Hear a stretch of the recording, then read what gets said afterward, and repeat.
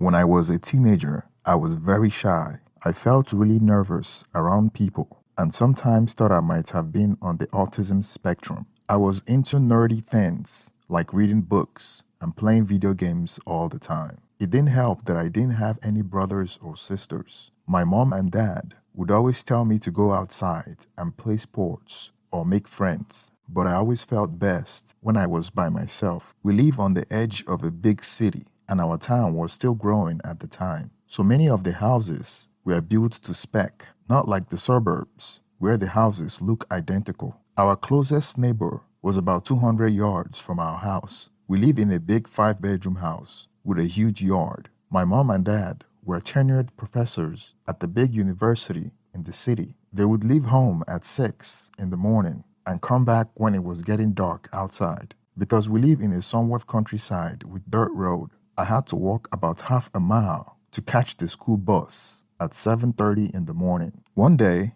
after the school bus dropped me off and I was walking towards my home, my neighbor pulled up beside me and asked if I wanted a ride. I found it a bit odd because my house was really close by. I still said yes to be nice because I recognized his car from seeing it at my neighbor's house. He also looked like my neighbor, and it was the first time I had met him. He said hello to me for the first time, and he seemed like he knew me better than I knew him. He mentioned that my parents talked about me a lot. They told him that I spent most of my time at home playing video games. He said he used to be a gamer too when he was younger, but now he likes outdoors. That was why he moved out here. He was around 35 years old at the time. Even though he offered, I didn't accept the invitation to come to his house for barbecue. I like being by myself, spending time alone, and playing video games with my virtual friends online. After a while, my neighbors started coming back from work. When my boss would drop me off, he would give me a ride to my house. I mostly stayed quiet while he chatted and chatted. I was like a listener who never said much because I was really shy. He shared a lot with me. He told me about his wife, his job, his son, his friends, his best friend named Marcus, where he grew up, and almost everything about him. He said he often dreamt about living in a quiet countryside where there is less noise. He also mentioned how much he likes his yard and having barbecues and drinking beers. I used to believe that the main reason he gave me rides was to have someone to talk to, since he was really outgoing. Then, about a year later, when I was around 14, my dad bought me a really fancy night vision telescope as a Christmas gift. It cost about $5,000. We got it because where we live, there's hardly any bright lights at night. We can see a big part of the sky filled with stars. My parents got the telescope so that I would have something else to look at apart from my computer. Since my room was upstairs, I put the telescope on my window and looked at the stars. I could see planets like Venus, Mars, Jupiter, and Saturn, depending on the direction I was looking or the location I placed the telescope around the house. But after a while, I got a bit tired of looking at the stars, so I aimed the telescope towards my neighbors' houses. Most of the houses are one story and had metal chain fences, so I could see into their yards and sometimes through their windows. I got curious about my neighbor, the one that would give me rides from school. In the evenings, especially on weekends, he would be in his yard grilling food, and his 3-year-old son would be playing around. He often had his friend Marcus visit. He told me about Marcus before, saying they worked together and liked hanging out on weekends. With my night vision telescope, even though they were quite far away, I could adjust the telescope to see tiny details on their faces in the darkness. On a Sunday evening, I used my telescope and saw my neighbor hanging out with his friend Marcus. Marcus was drinking, and my neighbor's wife was there too,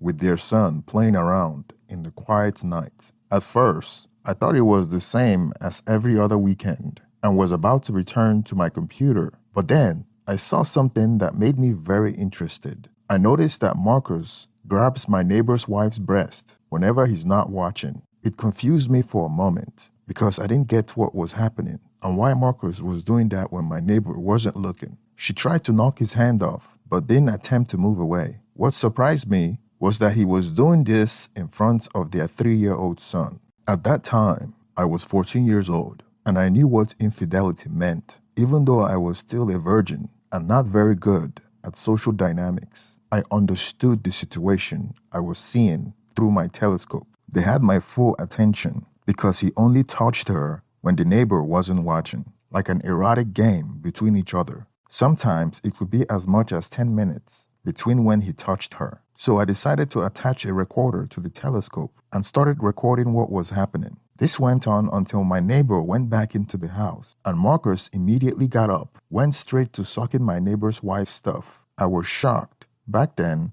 I wasn't into adult content, and that was as close as he got. He immediately returned when he heard my neighbor coming back out. I was surprised about the risk he was taking. What if he gets caught? And during that time, my neighbor's wife didn't attempt to stop him. It was like she was enjoying his games. I didn't feel remorse for my neighbor or anything like that at the time, even though I would consider him a friend as he had been giving me a ride for more than a year. I was just really excited by the whole situation. Then when it got really dark and they were done for the night, they were all heading back into the house. My neighbor was walking in front, carrying his son. Marcus and the neighbor's wife were behind the neighbor. Marcus had his hand under the neighbor's wife's dress as they walked. It was quite dark outside and only a little bit of moonlight, so it would have been hard for someone close to them to see what they were up to. I couldn't believe that he had his hand under the neighbor's wife's dress when he was so close to the neighbor. I didn't find the behavior disgusting back then.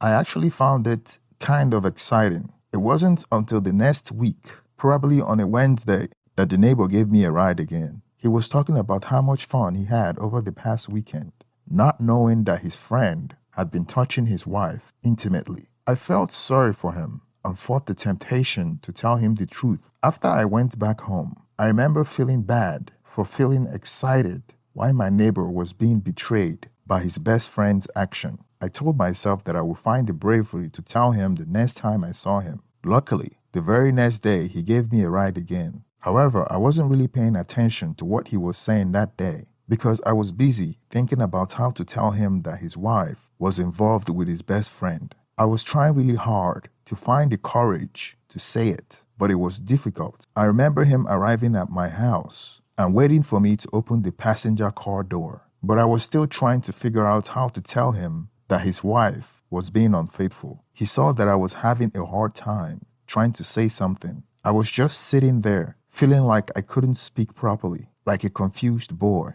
I was trying to talk, but the words didn't come out easily. He turned off his car engine and looked at me strangely. He asked me if everything was okay. Finally, I blurted out, "Your wife is having X with Marcus." Then I quickly opened the passenger door and ran away. I hurried to my door, unlocked it, and rushed inside the house. I went upstairs and looked out the window. His car was still parked on the road where he dropped me off. It took him about 3 more minutes before he drove away. When I think back to that time, I can now laugh at how much anxiety I had. I was really nervous around people. I didn't make eye contact, which is probably why other kids found me awkward, and I was picked on a lot. I even thought I might have autism, but I eventually learned that I didn't. The next day, I was really hoping I wouldn't see the neighbor when the school bus dropped me at my drop-off location, but I realized I was in trouble when I saw his car waiting for me. It was the first time he had waited like that. I tried to walk away, but he called out to me. I got into his car and stared straight at the dashboard. He began talking about what I had told him the day before when I blurted out about his wife and Marcus. He said he had been thinking about it since I left, and he had a feeling that something might be going on between his wife and Marcus. He was wondering how I knew about it. He already knew I was a bit different from other kids, and I could tell from our conversation that he thought I might have some kind of special ability, like being psychic. I started to explain to him how my dad had gotten me a telescope. His house was within view, and I saw his family, along with Marcus, in their backyard. That's when I decided to start watching them. That's how I saw what they were up to. But I didn't mention to him that I had recorded it because I wasn't sure if I would get into trouble for doing that. I was a really shy kid, very, very shy. And it didn't help that the things I told him made him really angry, upset, and animated. I wasn't certain if he was mad at me. He drove to my house really quickly, using bad words and saying he wanted to hurt his wife and Marcus. As soon as he dropped me off, he rushed away to his own house. I had already decided not to show him the recording because I was worried he might become violent. I didn't see him again for about 2 weeks. During that time, I looked through my telescope to see if I could spot him, but I only saw his wife and son. On the 3rd week, I was glad to see him, but he seemed different. He wasn't as talkative. He did let me know that he and his wife were going to get divorced. I didn't ask for more details. The next time I heard about the divorce was from my parents. They were friends with him, and they were discussing the neighbor's divorce. Luckily, my name didn't come up in their conversation. I never saw the neighbor again, and they moved away from the house. Now, after 11 years, I am a more outgoing person, and I have a good number of friends, real friends. I looked up the neighbor's Facebook page, and I saw that he had remarried someone else and started a new family. I used to think about sending him the recordings, but I always convinced myself not to.